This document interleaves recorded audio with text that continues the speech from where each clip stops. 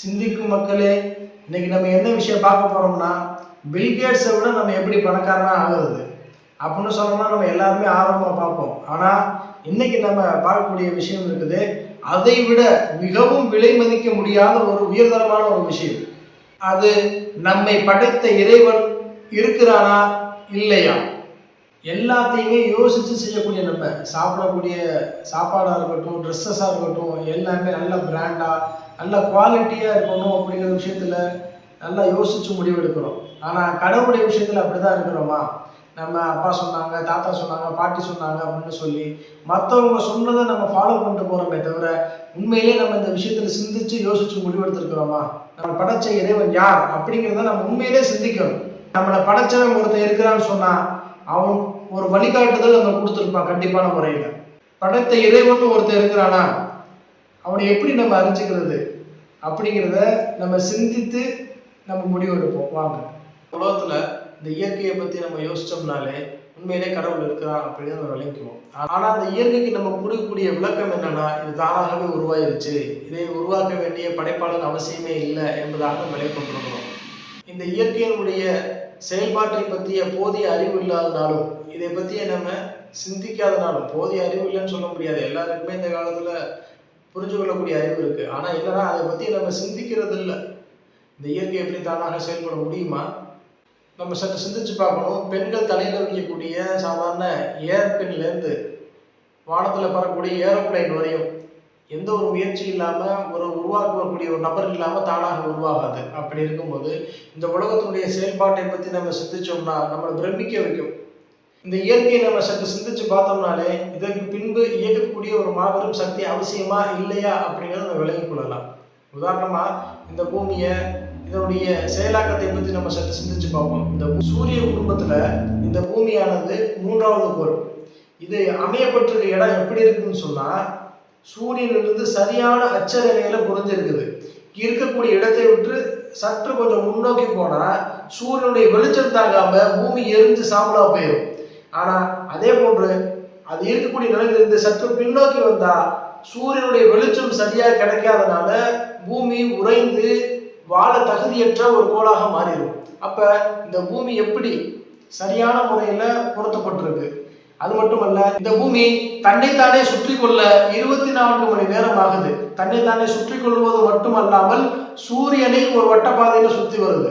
அதற்கு 365 நாட்கள் எடுத்துக்கொள்ளுது, அதாவது ஒரு வருடம். அப்ப இந்த பூமியை சரியான இடத்தில் பொருத்தியது யார்? அது மட்டுமல்ல, இந்த தன்னைத்தானே சுற்றி கொள்வதனால் இந்த பூமியில இரவு பகல் மாறி மாறி வருது. இரவு பகல் மாறி மாறி வருவதனால கால பருவநிலைகள் மாறி மாறி வருது. குளிர்காலம், வசந்த காலம், வெயில் காலம், இலையுதிர் காலம் என்றது போன்ற 4 பருவநிலைகள் மாறி மாறி வருது. இந்த மாறி மாறி வருவதனால உலகத்துல பூமியில விளையக்கூடிய விளைச்சல்கள் சரியான முறையில விளையுது. நன்சை நிலம், புன்சை நிலம் சொல்லுவாங்க. நன்சை நிலம்னா தண்ணீர் பாய்ச்சி அதன் மூலமாக விளையக்கூடிய விளைச்சல்கள், கரும்பு, நெல், அதே போன்று வாழை, இதெல்லாம் என்னன்னா தண்ணீர் ஊற்றி நம்ம வளர்க்கணும். புன்சை நிலம் இருக்கு, அது மானாவாரி பெயர்கள்பாங்க. உளுந்து, தோரம்பருப்பு, சாமை, திணை, சோளம், இது போன்று விளையக்கூடிய விளைச்சல்கள், இதெல்லாம் சரியான முறையில் விளைச்சல் கொடுக்குது. இந்த விளைச்சல்கள் சரியான முறையில் விளைகிறதுனால இதனால் பயன்பெறக்கூடிய பல்லாயிரக்கணக்கான உயிரினங்கள் அதனுடைய உணவு சுழற்சியும் சரியான முறையில் இருக்குது. அந்த உணவு சுழற்சியை நம்ம பார்க்கணும். சின்ன ஒரு புழுவை என்ன செய்து தவளை சாப்பிடுது, தவளையை பாம்பு சாப்பிடுது, பாம்பை கழுகு சாப்பிடுது. இது போன்ற ஒரு அழகான ஒரு உணவு சுழற்சி செயல்பட்டுக்கிட்டு இருக்கு. அப்ப நம்ம இதை பற்றி சிந்திச்சோம்னா எப்படி பூமி சரியான அச்சரேகையில பொருந்தி இருக்குது. இதன் மூலமா தன்னைத்தானே சுற்றி கொள்வதனால் இரவு பகல் மாறி மாறி வருவது. இரவு பகல் மாறி மாறி வருவதனால கால பருவநிலைகள் மாறி மாறி வருது. கால பருவநிலைகள் மாறி மாறி வருவதனால விளைச்சல்கள் சரியான முறையில் அந்த பூமியில விளையுது. இந்த விளைச்சல்கள் சரியா இருக்கிறதுனால இதில் வாழக்கூடிய உயிரினங்களும் சரியான முறையில உணவு சுழற்சி செயல்பட்டுக்கிட்டு இருக்கு. இவ்வளவு பெரிய பிரம்மாண்டமான செயல்பாடு தானாக செயல்படுது அப்படின்னு சொன்னா இதை நம்புறது எப்படி அறிவுடைமையாகும்? இப்ப சிந்திக்கக்கூடிய மனிதராக இருக்கக்கூடிய நம்ம இதெல்லாம் ஏற்றுக்கொள்ள முடியுமா? சாதாரண ஒரு சின்ன ஒரு பொருள் தானாக உருவாகாது அப்படின்னு இருக்கும்போது இவ்வளவு பெரிய பிரம்மாண்டமான செயல்பாடு தானா செயல்படுது அப்படின்னு சொன்னா இது ஏற்றுக்கொள்ளக்கூடிய அறிவு எப்படி ஒரு சிந்திக்கக்கூடிய அறிவாக இருக்க முடியும்? சற்று யோசிக்கணும். சற்று யோசிச்சாதான் படைத்த படைப்பாளன் என்று ஒருத்தர் இருக்கிறார் அப்படிங்கிறத நம்ம விளங்கிக் கொள்ள முடியும்.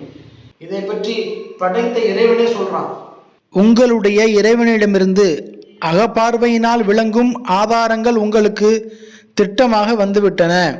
எனவே எவர் அவற்றை ஆராய்ந்து பார்க்கிறாரோ அது அவருடைய ஆன்மாவிற்கு நன்மையாகும். எவர் அவற்றை பார்க்காமல் அகக்கண்ணை மூடிக்கொள்கிறாரோ அது அவருடைய ஆத்மாவிற்கு கேடே ஆகும். நாம் உங்களின் மீது பாதுகாவலனாக இல்லை என்று நபியே நீர் கூறுவீராக என்று இறைவன் கூறுகிறான். சூரா ஆல இம்ரான் 6:104.